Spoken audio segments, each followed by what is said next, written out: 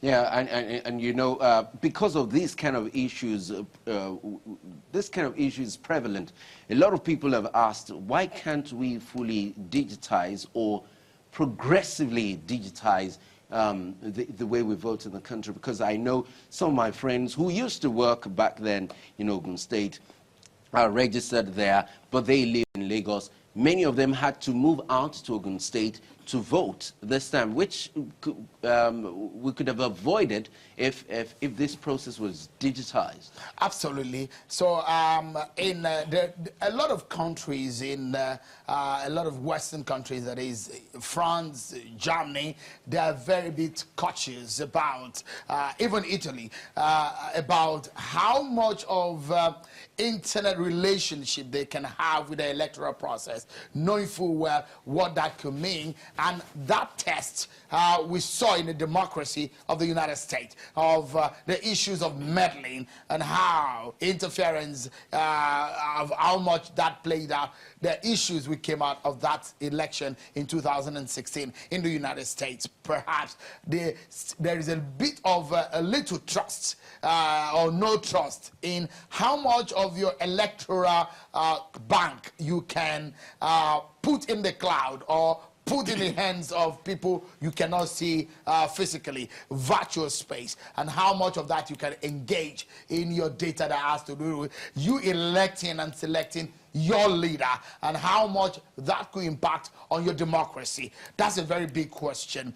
So a lot of these democracies, as much as they are advanced, they are also a bit cautious about how much they can subject the electoral process or the electoral register, which is the spine of any election in any case, into a virtual space, or a space that can be controlled remotely. Sure, I must tell you, that's pretty much understood. But these countries that you mentioned have also further moved parts of their electioneering process into the digital space to reduce the inconveniences that we experience here. The inconveniences appear to be too much. Yeah, and you realize that... I mean, I agree with you totally, but the question is, fine, you want to cut out all of these inconveniences, but the reality dawns on you of how much control that can be done by proxy on your electoral process. For example, a whole lot of these guys will compute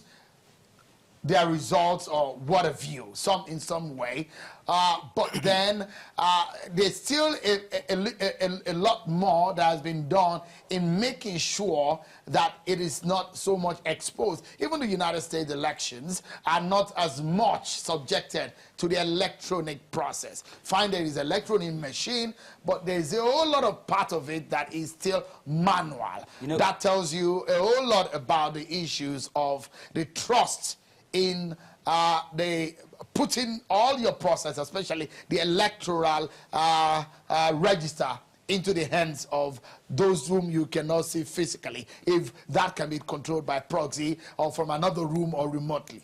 You know, Sean, you made reference to the meddling that happened, allegedly happened with the electoral process in the United States of America. But, you know, the problem with Nigeria most of the time is, you know, disputes arising from the figures, you understand, the statistics. And usually that is the cause of most of the litigations, the post-election litigations we have. You know, usually disputes about tampering with the figures, manipulation of the figures, you know, at the electoral centers, and things like, you know, snatching of ballot boxes and some of the irregularities. So the argument in favor of, you know, digitizing our elections is that that would take care of problems like that, reduce post-election litigations, and, you know, sometimes the Nigerian populace can actually follow the process, even as, you know, follow the process real time. As they are voting, the figures are coming out electronically for all to see. Absolutely, Charles. Spot on. The issue is here is the fact that are we able to localize our problems and find local solutions to our problems. Learning from other democracies and seeing how their culture has impacted on their processes. That's how you grow a system. Now, the big question... Are you talking about a homegrown democratic system? Absolutely, because culture will affect your practice. So in that sense, we need to also internalize our process and find a local solution to our problems. The situation in Nigeria is a bit more different. We are different people, and we need to look at how I was actually going to talk about the multicultural diversity in our country. And localize it, learn from others, and make sure that we fix our problems, not totally replicate what others have done, but localize. I hope you know I didn't say that. One thing I hope you know that's not my position. No, I know. But one thing that we need to learn or get in the United States, what is the criteria of being a voter? It's not by voter card. If you are of age, there is a centralized, there is a certain level of identification that is allowed for you to vote. So now we have series of identities cards in Nigeria. We have the National ID card Management Commission. We have the BVN cards. We have the different bank cards. You have the driver's licenses. Several data banks that we have across the country. But are they unified? That's a big question. That's the point. So, because if you have shown of age... Sean, hold on a second. That's the reason you and I are keeping vigil tonight.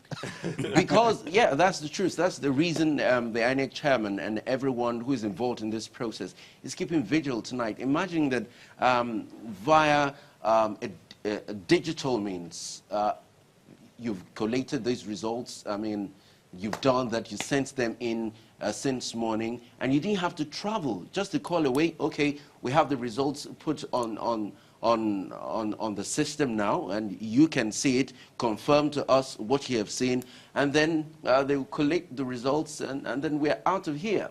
If we're not careful, we're going to be here Wednesday night. Yeah, so it has to do with our laws. So every step of the electoral process is backed by the law. So to the last form that is being filled, to how the form is being filled, one area that we need to wait for is how the returning officer will have to manually fill in all the figures and add them up manually, even though he has the big screen there where all the results are being computed, and he has the result already.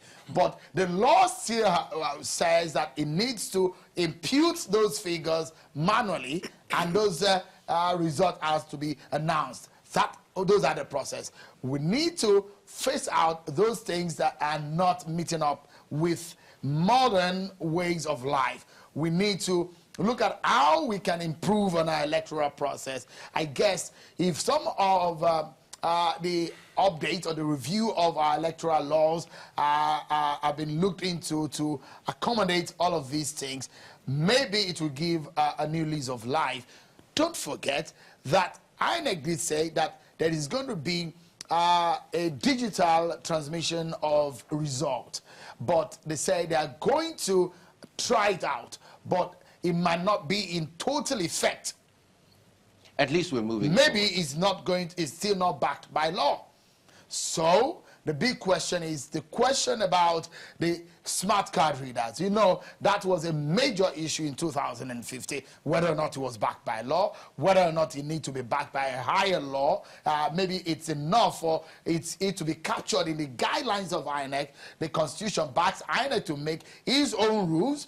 These are several issues that has to be looked into. But I do know that there's several electoral review committee that have been set up. There was a recent one that has been led by Senator Kenny Namani that was asked to look at all of the electoral review committee reports, that of Justice Waste, that of Lewu Committee, all of these put in place.